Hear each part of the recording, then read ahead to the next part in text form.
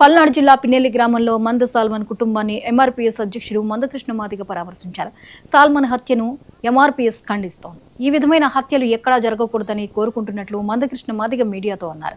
2 దళిత కుటుంబాల మధ్య జరిగిన హత్యగా ఈ ఘటనను చూడటం లేదు, కేవలం రాజకీయ కక్షల్లో భాగంగా జరిగిన హత్యగా భావిస్తున్నట్లు మందకృష్ణ మాదిగ అన్నారు.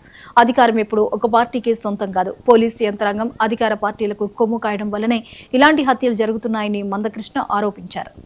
వివిధ నియోజకవర్గాల్లో 1-2 గ్రామాల్లో ఉన్నా కూడా అక్కడ కూడా విభేదాలు తగ్గించే విధంగా మోటివేషన్ కార్యక్రమం చేపట్టారు. రాష్ట్రాన్ని పాలించిన చంద్రబాబు, జగన్మోహన్ రెడ్డి అగ్రవర్ణాలైతే ఘర్షణలో క్షతగాతులవుతున్నా చనిపోతున్న వారు పేద వర్గాలే అని మందకృష్ణ ఆరోపించారు.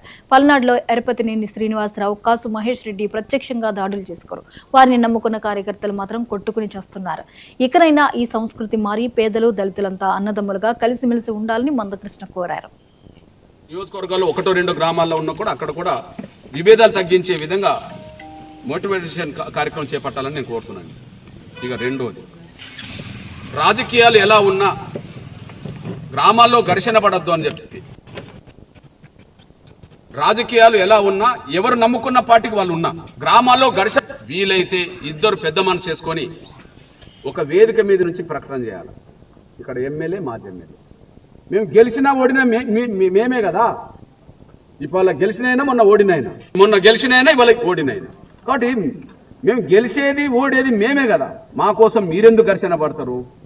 ఓటేసేటప్పుడు మాకు ఓటేయండి, అభిమానం ఉంటే మా కోసం ప్రచారం చేయండి, అంతేగాని మా కోసం మీరు ఘర్షణ పడద్దు, మా కోసం మీరు కక్షలు పెట్టుకోవద్దు, మా కోసం మీరు కత్తులు రాడ్లు పట్టద్దు, మా కోసం మీరు బాంబులు సమకూర్చుకోవద్దు అనే విషయంలో నిజంగా పేద ప్రజల మీద, పేద ప్రజల బతుకుల మీద వీళ్ళకు గౌరవం, అభిమానం ఉంటే ఒకే వేదిక మీద నుంచి వీళ్ళు స్టేట్మెంట్ ఇస్తే పోయేదేంటి?